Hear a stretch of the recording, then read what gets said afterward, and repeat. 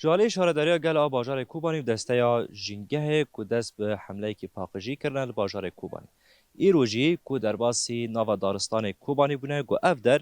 جه بن وحدان ولاتین باجار کوبانی کو در باسی ورد بن سیران خواه دکن ل مخابن کو اف در پشتیوان سیرانان قریج دمینه لورا ایرو شارداریا گل و دسته جنگه به بشتاربونا زانیگه کوبانی گله کسایت جه سازی دزگه ریوبری خسر که ایرو دست به حمله کرد ناو دارستان کوبانی دست به پاکجی کرد. وکی شارداری کوبانی تنسیق به دسته اکولوژی را ما وکی حمله که دست بکر بو آرمان جوی حمله جی پاکش بونا باجیره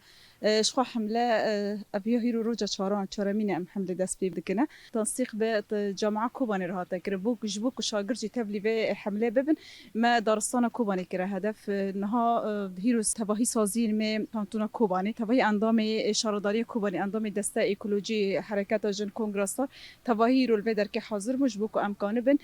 دارستان کوبانی پاک بکش خواه هر کسی که زانه دارستان کوبانی جیه هری کو راستجی باجار امبیجن گله کوبانی تیدا نفس دگرش بو کو کار به وره هنکیل و در که حتی خواب ببینه هنکیرونه ل آرمان جمع کو امکان ما پا بکن لتشته هانی اساسی جیش بانگ کو امجبونه گله خوابیجن گرس هر کسی خودی لبه دارستان در که بیل بجبونه پاکش بونه و دمی ملت مبتایبتی رو جایینه دمی کوری اینه هاتن خارم امبیشن بخار آنی هات روی جماری خو هر کس دکیس که بخار وگرنه دهاویات که جبنا وجی یعنی بانگام اساسی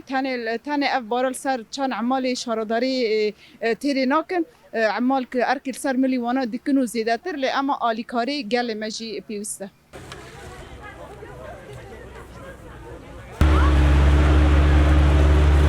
سونگه پیشنگی کرد که ام ورن ناف دوران ام کوه کمیته ما آوا کرد که ام ورن ناف داره خواه پاکش بکن خواسته که ماجی که ام یعنی جگل ما هات وا خواسته که یعنی ما هات ناف دوران پاکش کرد هیویا ماجی هر کسی یعنی پاکش بونه بپارزن یعنی